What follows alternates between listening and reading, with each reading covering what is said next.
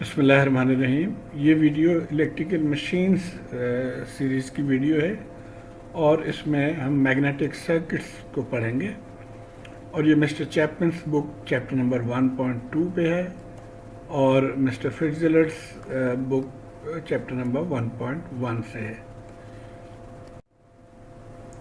तो magnetic circuits के formula समझना ज़रा मुश्किल होता है, इसलिए हम ये करेंगे कि सबसे पहले इसको इलेक्ट्रिकल सर्किट्स फार्मूलाज के साथ कंपेयर करके देख लेंगे।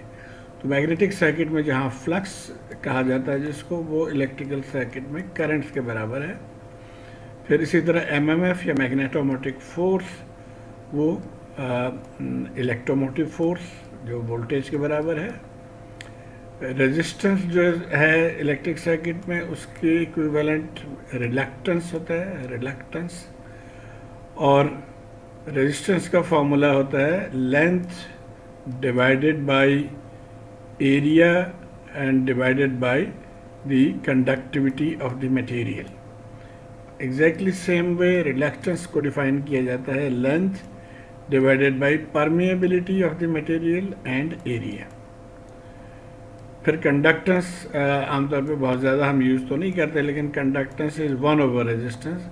तो इसी तरह मैग्नेटिक सर्किट में भी रिलक्टेंस के उल्टा जो है उसको परमियंस कहा जाता है, तो इट इज़ 1/, रिलक्टेंस। फिर कंडक्टिविटी ऑफ द मटेरियल हम सिग्मा से जाहिर करते हैं इलेक्ट्रिकल सर्किट में। मैग्नेटिक सर्किट में उसको कहा जाता है permeability of the material, mu. और ओम्स लॉ हमें पता है I=V/R, वही ओम्स लॉ यहाँ पे भी लागू है। ओम्स लॉ इज Φ/F यानी magnetomotive force divided by reluctance. तो अब इसको जहन में रखते हैं आगे हम कुछ बेसिक चीज़ें अब समझेंगे। मैग्नेटिक सर्किट बेसिकली क्या है? Magnetic circuit consist of a structure composed of high permeability material. तो जैसे हम इलेक्ट्रिकल सर्किट्स में भी हम ये कहते हैं कि हाईली कंडक्टिव मटेरियल हो, तो मैग्नेटिक सर्किट में हाईली परमिएबल मटेरियल होना चाहिए। अच्छा, the presence of high permeability material tends to cause magnetic flux to be confined to the path defined by the structure. तो जितना बेहतर ये मटेरियल होगा, जितना ये परमिट करेगा फ्लक्स के फ्लो में, उतने ही वो फ्लक्स इसके अंदर कन्फाइंड रहेंगे, इससे बाहर नहीं जाएंगे। ओके, अब आप ने ये पढ़ा होगा मैग्नेटिक सर्किट। हमें पता है कि नॉर्थ से साउथ मैग्नेटिक पोल्स के नॉर्थ और साउथ से मैग्नेटिक फ्लक्स की डायरेक्शन जो है वो फ्लो डायरेक्शन हम इसको जाहिर करते हैं इस तरह से। और अगर ये नॉर्थ साउथ दो अलग मैग्नेट ले लें हम, तो यहाँ पे भी जो फ्लक्स लाइंस हैं वो from north to south flow करते हैं। अब यहाँ पे दो टर्म्स हम डिफाइन करेंगे, एक है बी और दूसरी है एच। बी को कहा जाता है फ्लक्स डेंसिटी। फ्लक्स डेंसिटी, अब डेंसिटी आपको पता है कि एक यूनिट एरिया में जितने लाइंस होंगे उसको हम डेंसिटी कहेंगे, फ्लक्स डेंसिटी। तो number of flux in a unit area of 1 square metre, ये होगा फ्लक्स डेंसिटी। बाज़ दफ़ा याद नहीं रहता कि जी बी क्या चीज़ है और एच क्या है, तो आप अगर जस्ट जहन में रखें कि बी डी के साथ जिसकी सिमिलरिटी है तकरीबन, अगर ये बीच वाली लाइन ख़त्म कर दें तो ये डी बन जाए। तो ये डेंसिटी यानी फ्लक्स डेंसिटी को हम बी से जाहिर करते हैं। और इसका फॉर्मूला एक्चुअली होगा कि phi flux divided by unit area. Okay, एक और चीज़ है जो है मैग्नेटिक फील्ड इंटेंसिटी। अब इंटेंसिटी आप इसकी मायने अगर देखें तो वो कुव्वत के बराबर है। तो मैग्नेटिक फील्ड की कुव्वत क्या है, इसको हम कैसे डिफाइन करेंगे? तो ये इसके लिए हमें दो चीज़ें चाहिए। एक होता है जो फोर्स, यानी ये जो मैग्नेट है इसकी फोर्स क्या है, और उसके बाद इंटेंसिटी के लिए ये कितना दूर है यहाँ से। जितना दूर आप चलते जाएंगे यानी डिस्टेंस एल, लेंथ जितना ज़्यादा होता जाएगा, इंटेंसिटी में उतनी कमी आती जाएगी। तो मैग्नेटिक फील्ड इंटेंसिटी को डिफाइन किया जाता है कि magnetomotive force divided by the distance और लेंथ। तो अब जैसे ये अगर दो जगह मैग्नेटिक फील्ड आप देखें तो ये मैग्नेटिक फील्ड इंटेंसिटी यहाँ पे ज़्यादा होगा बनिस्बत H2 के, क्योंकि ये इसके करीब है और H2 इससे दूर है।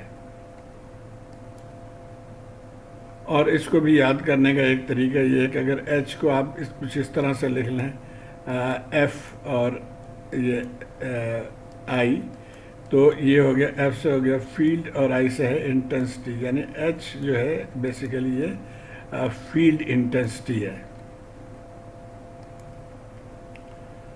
सो फार्मूला क्या है H के लिए कि जैसे हमने यहाँ पे लिखा वही चीज़ है कि field of force divided by length या डिस्टेंस। अब फोर्स एक तो हो गया कि परमानेंट मैग्नेट ले लें तो उसके फोर्स फिक्स है, लेकिन आप चाहें तो बैटरी के ज़रिए यानी करंट के ज़रिए भी मैग्नेट आप प्रोड्यूस कर सकते हैं। तो ये देखिए एक हमने कील लिया, इसके ऊपर हमने वायर वाउंड कर लिया। तो अब इसमें जो फोर्स है वो magnetomotive force will depend on number of turns multiplied by the amount of current. So N into I ये फोर्स इलेक्ट्रिकल करंट और नंबर ऑफ टर्न से रिलेटेड हो गया फोर्स। और आगे चल के हम अभी देखेंगे इन दोनों के आपस में रिलेशन क्या है। वो ये है कि जो फ्लक्स डेंसिटी है और फील्ड इंटेंसिटी है उनके दरमियान एक ये म्यू आ जाता है, यानी permeability of the material. So permeability of the material से जब आप फील्ड इंटेंसिटी को मल्टीप्लाई करेंगे तो वो फ्लक्स डेंसिटी आपको मिल जाएगा वहाँ से। ओके, कुछ चीज़ें अब यहाँ पे रिपीट हो रही हैं कि जैसे हमने अभी देखा कि H is F over LC। अब हमने तो वहाँ L लिखा था, यहाँ पे LC है। LC क्या है? LC है कोर लेंथ। तो ये अगर कोर है पूरा ये कंप्लीट, तो इसके अब यहाँ पे भी देखिए ये एक लेंथ है यानी इनर लेंथ और एक आउटर लेंथ। तो हम यहाँ पे क्या करते हैं, हम एवरेज या मीन लेंथ ले लेते हैं जो कि दरमियान में, दोनों के दरमियान जो लेंथ है उसको हम कोर लेंथ कहेंगे, विच इज LC इसको लिखेंगे। So force divided by LC। Force का हमने देखा कि number of turns into current, तो वो लिख लेंगे डिवाइडेड बाय LC। और यहीं से आप चाहें तो मैनिपुलेट करके ये भी आप लिख सकते हैं कि force is number of turns into current, और फिर यहाँ से आप देखें तो H इंटू या HC इंटू LC एक ही बात है।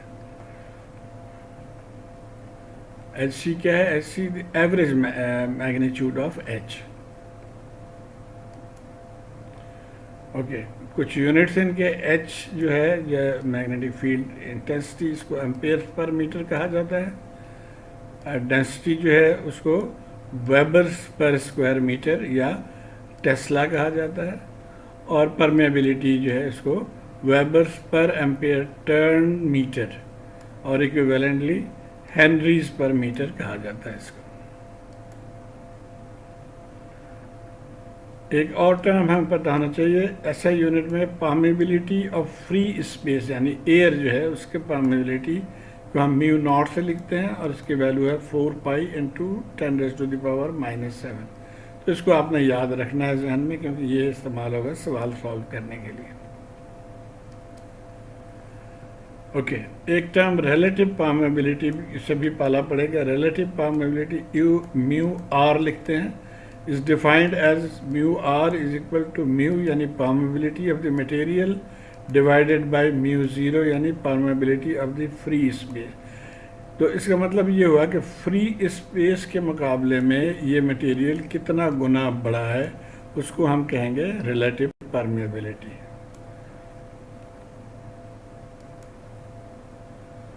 और फिर यहीं से आप ये फार्मूला भी हासिल कर सकते हैं कि परमेबिलिटी बराबर है mu R into mu naught. Okay, अब हमने सर्किट ड्रॉ करना है। मैग्नेटिक सर्किट के इक्विवेलेंट हम इलेक्ट्रिक सर्किट को ध्यान में रखेंगे।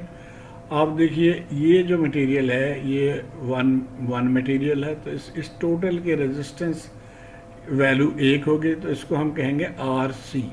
तो इसके लिए हमने यहाँ पे RC लिख दिया, यानी रिलक्टेंस ऑफ द मटेरियल या of the core, C for core. दूसरी बात यह है कि अब यहाँ पे देखिए गैप है, एयर है, यहाँ पे एयर है, तो इसकी अपनी भी एक रेजिस्टेंस या रिलक्टेंस होगी, तो उसको हम लिखेंगे आर जी, यानी रिलक्टेंस ऑफ द गैप। तो ये इलेक्ट्रिकल सर्किट इक्विवेलेंट इसके आ गया। ये जो नंबर ऑफ टर्न्स है और करंट है, इसको हम यहाँ पे एफ फोर्स के ज़रिए जाहिर करेंगे इलेक्ट्रिकल सर्किट में। जहन में रहे कि हमने ये पढ़ा था कि रेजिस्टेंस जो हमें पता है कि R is L divided by sigma alpha, ये इसके केस में, इलेक्ट्रिकल के केस में है। रिलक्टेंस के केस में यानी मैग्नेटिक मटेरियल के केस में रिलक्टेंस जो है वो L divided by mu over alpha. और यहाँ से हम reluctance L mu over alpha, mu को अगर हम लिख लें mu R into mu naught, तो ये भी एक फार्मूला बन जाता है रिलक्टेंस। तो इस फार्मूले को भी हम आगे यूज़ करेंगे। Okay, so what is magnetic circuit? Characterize the behaviour of the magnetic fields within a given device और सेट ऑफ डिवाइस। तो जब जो बिहेवियर ये रिप्रेजेंट कर रहा है उसको हम मैग्नेटिक सर्किट कहते हैं। It can be analyzed using the circuit analysis technique defined for electric circuit। तो जब भी आपने मैग्नेटिक सर्किट को एनालाइज करना होगा, स्ट्रेट अवे हम उसको इलेक्ट्रिकल सर्किट में कन्वर्ट कर लेंगे और यहाँ से उसकी एनालिसिस करेंगे, या पैरामीटर जो मालूम करना है वो करेंगे। अच्छा, बाद दफ़ा हमें इस तरह के सर्किट से भी पाला पड़ जाता है डिफरेंट क्रॉस सेक्शनल एरिया। यहाँ पे क्रॉस सेक्शनल एरिया कुछ और है, यहाँ पे क्रॉस सेक्शनल एरिया कुछ और है। तो अब इस मटेरियल को हम एज वन मटेरियल हम नहीं कहेंगे, क्योंकि अब एरिया फ़र्क पड़ गया। तो इसको हम दो तीन तरीके से इसको हम डिफ़ाइन कर सकते हैं। आइए देखते हैं हम यहाँ पे ये, जैसे अब ये फिर हमें एक तो ये तरीके, इस तरीके के सर्किट हमें मिल जाएगा। दूसरा, हमने इस तरीके के सर्किट को भी डील करना है जहाँ पे ये कट हो बीच में, जिसको एयर गैप कहते हैं, तो इसको भी हमने सॉल्व करना है। और तीसरी सर्किट कुछ इस तरह से कि यहाँ पे कोई और मटेरियल हो, ये कोर मटेरियल किसी और मटेरियल का है और ये जो है इसमें कोई और मटेरियल हो, तो इस तरह के भी मैग्नेटिक सर्किट्स को हमने स्टडी करना है। ओके, अब जैसे सर्किट ड्रॉ करने के लिए हमने जैसे देखा इलेक्ट्रोमोटिव फोर्स ड्राइव्स करंट, इसी तरह मैग्नेट में मैग्नेटोमोटिव फोर्स ड्राइव्स फ्लक्स। तो अगर ये इलेक्ट्रिक सर्किट है, इलेक्ट्रोमोटिव फोर्स ड्राइव्स करंट, तो यहाँ पे हमें मैग्नेटोमोटिव फोर्स ड्राइव्स फ्लक्स। और जैसे ये हमने देखा कि रेजिस्टेंस है, तो यहाँ पे रिलक्टेंस होगा, कोर रिलक्टेंस हम इसको कहेंगे। I is equal to E over R यहाँ से है, तो phi C is equal to F over R C. और ये जो फोर्स हमने अभी देखा कि number of turns multiply by current के बराबर है। ये फॉर्मूला आपने अगेन जहन में रखना है कि आर सी जो है वो हम उसको L over mu over A लिख सकते हैं, या एल ओवर एल या L C mu R mu naught over A C लिख सकते हैं। आइए अब एग्जाम्पल 1.1 ये चैपमैन्स की बुक से है। ये सर्किट है और यहाँ पे रिलेटिव